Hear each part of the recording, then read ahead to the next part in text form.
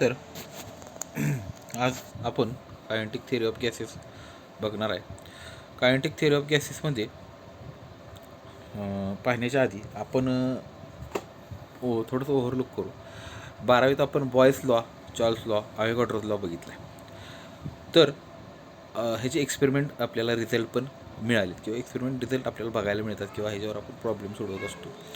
तर त्याच्यानंतर gases मॉलिक्यूलचं behaviour James Maxwell यांनी कायनेटिक थिअरीच्या माध्यमातून मांडलं. तर ते आपण बघूया. आता त्याचे जे काही पॉच्युलेट आहेत किंवा त्याला आपण सिद्धांत म्हणतो ते आपण बघणार आहे. तर त्यातून पहिलं पॉच्युलेट बघा. हा जो तुम्हाला चेंबर दिसतो किंवा गॅस कंटेनर आहे, हा कंटेनरमध्ये गॅस मॉलिक्यूल आहे किंवा गॅस आपण भरलेला आहे. ते जे गॅस मॉलिक्यूल आहेत ते रँडमली कुठेही फिरत आहेत, त्यालाच आपण ॲटम किंवा मॉलिक्यूल असं म्हणतो. बघा पहिलं पॉच्युलेट काय आहे ते बघा. Each gas consist of tiny and identical particle called as a atom. Each gas consist of tiny and identical particle called as a atom or molecule. प्रत्येक गॅस मॉलिक्यूलमध्ये आयडेंटिकल पार्टिकल जे असतात, आयडेंटिकल म्हणजे एकसारखे जे असतात त्यालाच आपण ॲटम ऑर मॉलिक्यूल म्हणतात. आणि which are separated by large average distance. ती सेपरेटेड कसे आहेत? लार्ज ॲव्हरेज डिस्टन्स आहे.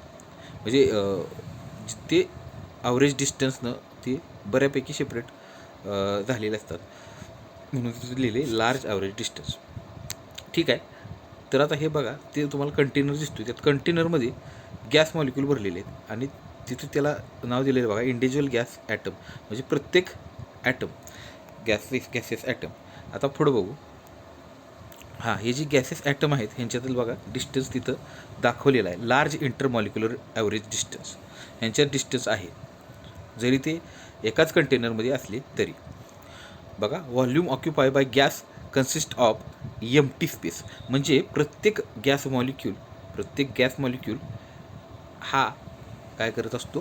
प्रत्येक गॅस मॉलिक्यूल हा स्वतःसाठी म्हणजे तो डिस्टन्स जो तिथं ठेवलेला आहे त्याने त्या प्रत्येक ॲटममध्ये जो डिस्टन्स आहे, म्हणजेच थोडक्यात काय तर स्वतःभोवती त्याच्या एम्प्टी स्पेस आहे. प्रत्येक गॅस मॉलिक्यूलच्या भोवती एम्प्टी स्पेस आहे.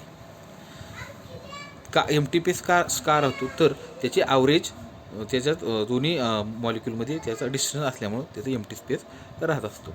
ठीक आहे, पुढं बघू. Volume occupy by individual gas molecule is negligible. पण व्हॉल्यूम जे इंडिव्हिज्युअल गॅसेस मॉलिक्यूलने म्हणजे प्रत्येक गॅस मॉलिक्यूलने जे व्हॉल्यूम ॲप्लाय केले, प्रत्येक गॅसेस मॉलिक्यूलनं जे व्हॅल्यूम अप्लाय केले, ते जे व्हॅल्यूम आहे ते निग्लिजिबल आहे. निग्लिजिबल आहे म्हणजे ते गृहीत धरू शकत नाही आपण. म्हणजे आहे, व्हॅल्यूम आहे, पण एक अतिशय निग्लिजिबल आहे. कुणाच्या कम्पेअर केलं तर total volume occupy by entire gas इथे दिले बघा, व्हेरी लेस. टोटल व्हॅल्यूम जर काढला आपण गॅसचा, तर त्याच्या तुलनेत volume occupy by individual gas molecule is negligible. तर बघा, ह्या पॉच्युलेटमध्ये तुम्हाला हेच सांगायचं आहे किंवा हेच तुम्हाला बघायला मिळतं की त्याचे नेचर कसं आहे. तर त्यातलं आपण पहिली दोन नेचर बघितली.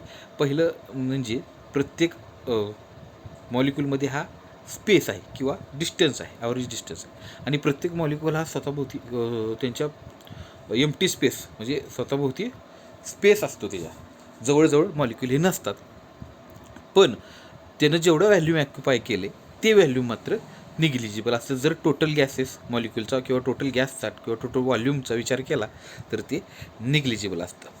पुढं बघू.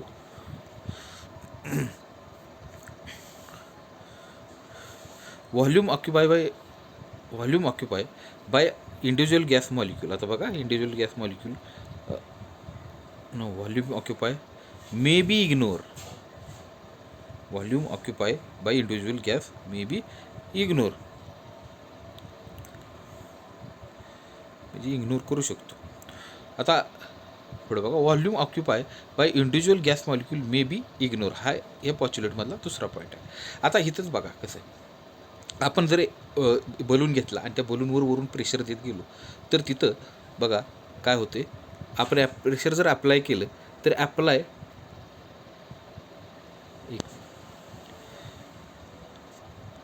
हां प्रेशर जर आपण त्याच्यावर अप्लाय केलं बलूनवर आणि त्यात बलूनमध्ये गॅस आहे तर काय होते बघा, डिक्रीज इन व्हॅल्यूम काय होतं तिथला डिक्रीज होतो आहे. कधी ज्यावेळेस तुम्ही आपण प्रेशर अप्लाय करतो आहे त्यावेळेस. बघा आता हे मॉलिक्यूल गॅसेस मॉलिक्यूल आहे एका कंटेनरमध्ये ते आहे. Volume are in constant motion. हे आता व्हॉल्यूम जे फ्रीली मोशन होत आहेत म्हणजे फिरत आहेत ते कसे आहेत, कॉन्स्टंट मोशनमध्ये फिरत आहे. आणि हा पॉस्ट्युलेटचा दुसरा पॉईंट म्हणजे पुढचा पॉईंट आहे की हे स्ट्रेट लाईनमध्ये फिरत आहेत. जरी ते रॅन्डमली कुठल्याही दिशेने जात असतील तरी मात्र ते स्ट्रेट लाईननं फिरत आहेत.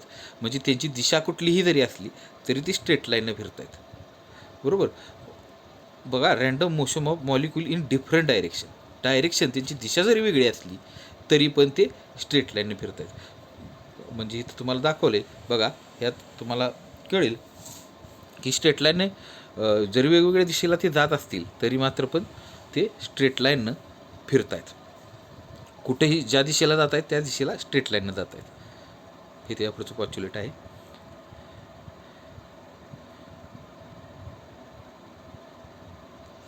हां त्याच मुवमेंटला काय म्हणतात बघा, ज्या मुवमेंटला random motion of molecule in different direction, molecule फिरतायत कुठल्याही दिशेनं पण ज्या दिशेनं रँडमली कुठल्याही दिशेने फिरतायत पण ज्या दिशेने फिरतायत त्या दिशेनं स्ट्रेट लाईन फिरतायत. मग त्यालाच काय म्हणायचं बघा, त्यालाच कसली मुवमेंट म्हणायची तर त्यालाच ब्राउनियन मुवमेंट म्हणायची. Brownian movement.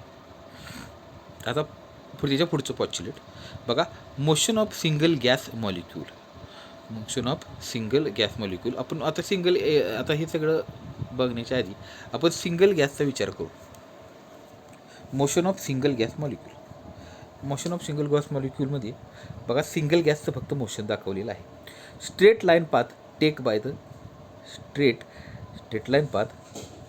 The gas molecule काय करतोय, स्ट्रेट लाईन पाथनं तो फिरतोय.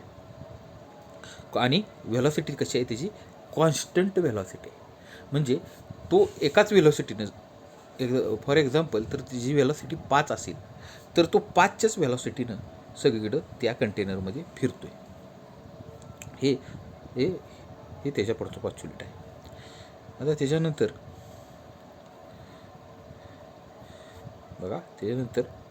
गॅस मॉलिक्यूल बघा, त्यानंतर कोलिजन बिटवीन टू मॉलिक्यूल.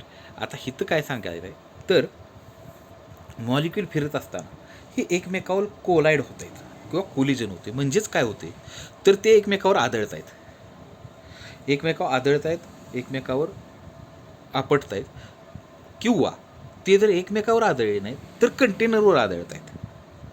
बघा ही त्याच्या पुढचं पॉच्युलेट आहे. काय होते बघा, collision between two molecules, collision of molecule with wall of the container. ते कंटेनरच्या वॉलवर आदळत आहेत किंवा आपापसात आदळत आहेत किंवा आपापसात कोलाईड होत आहेत, आपापसात त्याचं कोलिजन होतं. पण बघा pressure extend by a gas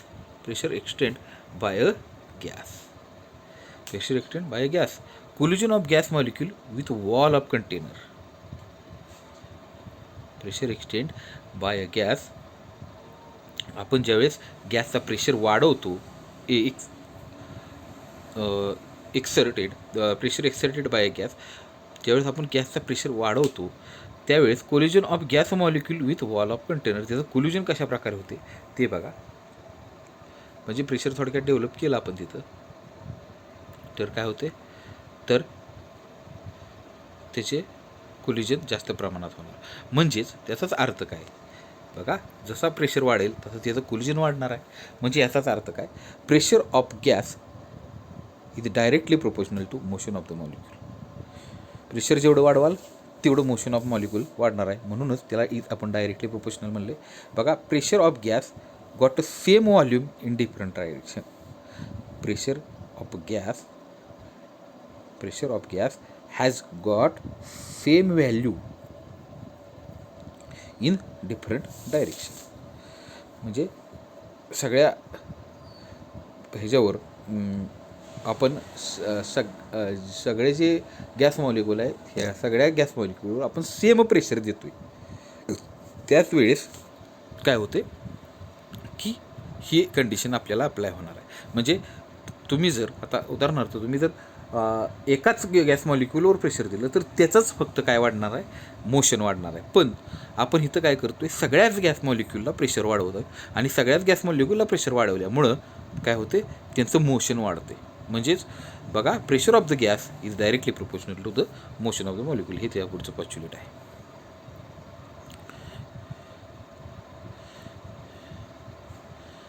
हां, आणि दुसरं आता त्या पुढं आता जे मॉलिक्यूल आहेत, गॅसेस मॉलिक्यूल आहेत बघा, ह्यांचा आता ग्रॅव्हिटेशनल फोर्सचा काय परिणाम होतो. ग्रॅव्हिटेशनल फोर्स आणि गॅसेस मॉलिक्यूल, ग्रॅव्हिटेशनल फोर्सचा ह्या आपल्या गॅसेस जे मॉलिक्यूल आपण कंटेनरमध्ये भरलेत ह्याच्यावर काय परिणाम होतो. तर ह्याच्यावर परिणाम काय होतो ते बघा, इथे दिले. Gravitational force of gas molecule is negligible. म्हणजे ग्रॅव्हिटेशनल फोर्स, गॅसेस मॉलिक्यूलची ग्रॅव्हिटेशनल फोर्स जे आहे ते निग्लिजिबल आहे. ते म्हणजे ते आपण निग्लेक्ट करू शकतो. Motion of gas molecule not affected by gravity. बघा, motion of gas molecule not affected by gravity. Gas molecule जे आहेत ते अफेक्ट करत नाहीत. गॅस मॉलिक्यूल जे आहेत ते ग्रॅव्हिटीला अफेक्ट करत नाहीत किंवा ग्रॅव्हिटी तिथं अफेक्ट करत नाही.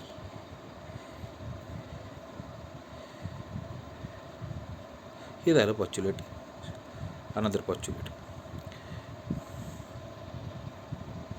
ठीक आहे, ओके.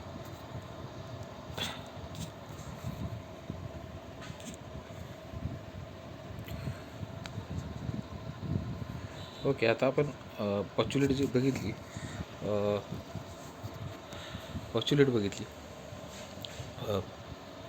तर आपण ह्या व्हिडिओमध्ये तिथं तुम्ही लिहिलेलं असं आहे पॉच्युलेट 1, पॉच्युलेट 2. बट ह्यात सब पॉच्युलेट बरीचशी आहेत, तीच आपण रेफर करणार आहे. तर आपण बघत असताना सगळे पॉच्युलेट व्यवस्थित बघायचे. परत एकदा मी तुम्हाला ह्या पॉच्युलेट परत एकदा सांगतो. परत एकदा आपण बघूया पॉच्युलेट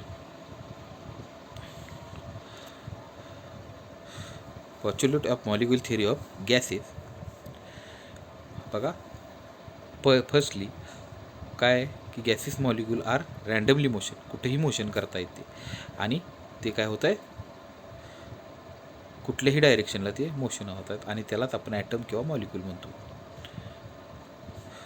each gas consist of tiny and identical particle called atom or molecule. प्रत्येकमध्ये गॅसमध्ये काय आहे, टायनी आणि अँटिटिकल पार्टिकल आहे, त्यालाच आपण गॅस ॲटम म्हणतो. आणि त्यांच्यात एक ॲव्हरेज डिस्टन्स आहे आणि त्या ॲव्हरेज डिस्टन्समुळे त्यांच्या भोवती एम्प्टी स्पेस तयार होतो, पण तो निग्लिजिबल आहे. म्हणजे तिथे दिले बघा, volume occupy by individual gas molecule. Volume तिने जेवढा ऑक्युपाय केला आहे पण तो निग्लिजिबल आहे. पण कशाचे निग्लिजिबल आहे, टोटल व्हॉल्यूम ऑफ गॅसच्या निग्लिजिबल तो व्हॉल्यूम आहे.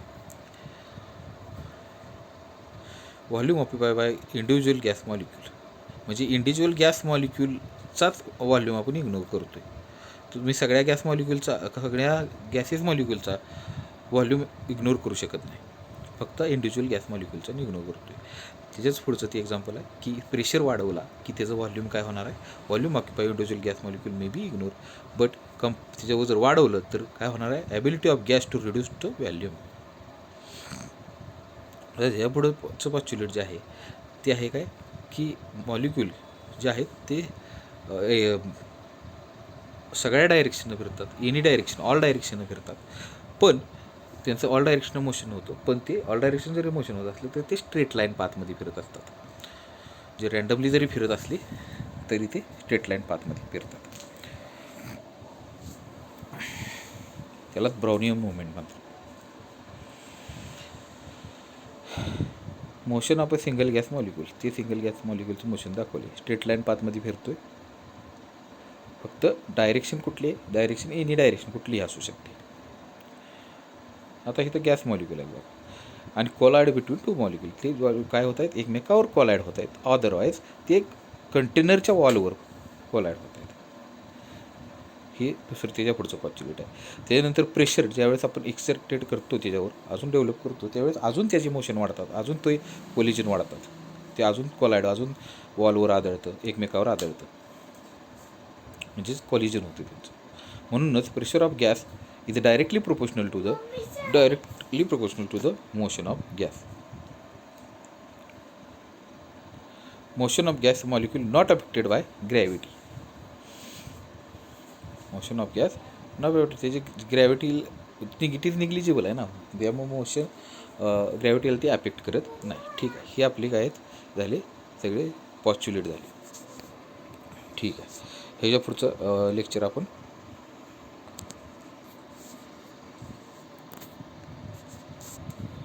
ह्याच्या पुढचं जे लेक्चर आहे ते पुढच्या व्हिडिओत तुम्हाला दाखवलं जाईल.